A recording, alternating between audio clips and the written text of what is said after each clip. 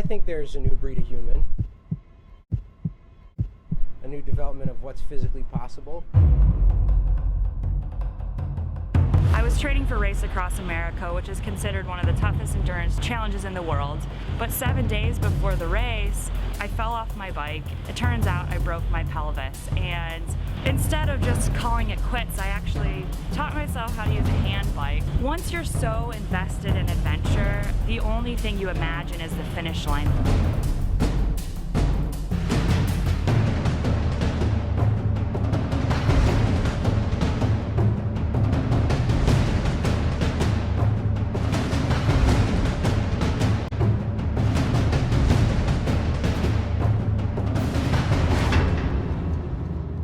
What do I do for a living? I run on all 7 continents of the earth twice now. I do what's called ultra marathons. I've also run 50 marathons in all 50 US states in 50 straight days. I've been a professional athlete for about 15 years and done everything from rock climbing, climbing El Cap. I've done 10 Eco Challenge races. I ran up Kilimanjaro in a world record time. I do that. I crossed the Himalaya of Nepal. So anything that, to me, that challenges the mind, the body to the very extreme, not just a triathlon. I got into mountain bike racing through just living in the Rocky Mountains. One thing led to the next. I was traveling around the world racing mountain bikes on the World Cup circuit and winning 3 world titles in 3 different sports: mountain biking, long distance orienteering, and adventure racing, and multiple adventure racing world titles.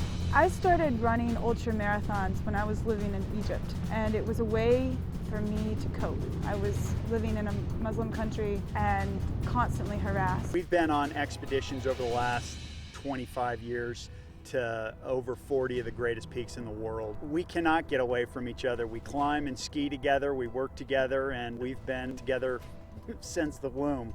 I don't come from that athlete mentality of like, must train, must warm up for 15 minutes. A lot of my injuries may have come from lack of sleep.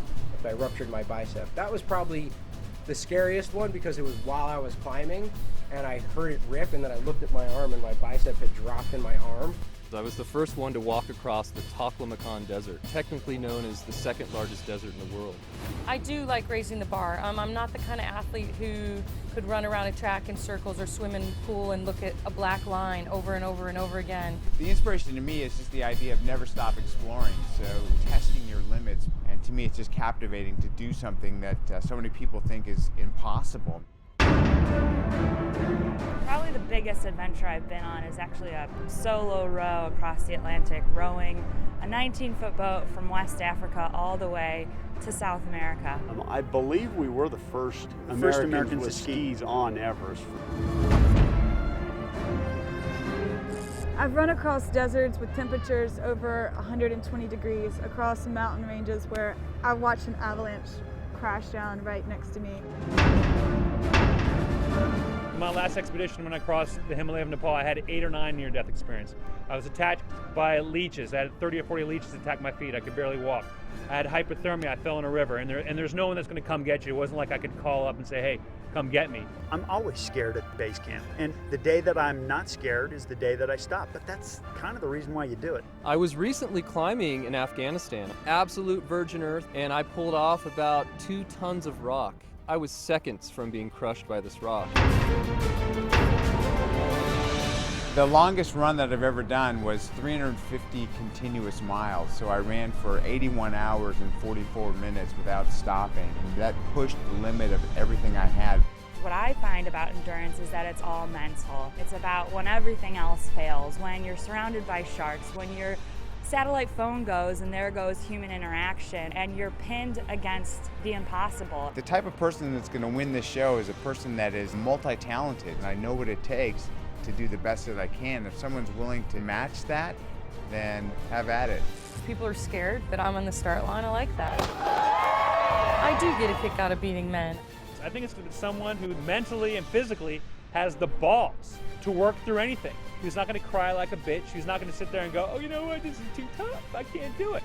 Well, you know what? You're gone already. I will beat the competition because I thrive off of this. I live off of this. I breathe off of this. Yeah, I'll beat the competition because I'll do anything.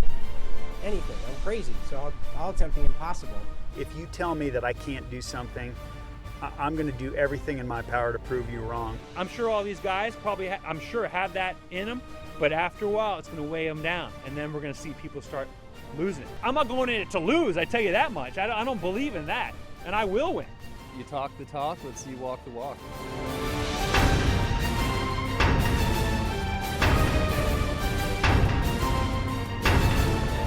I'm superhuman. Superhuman. I'm superhuman. Superhuman. Superhuman. Superhuman.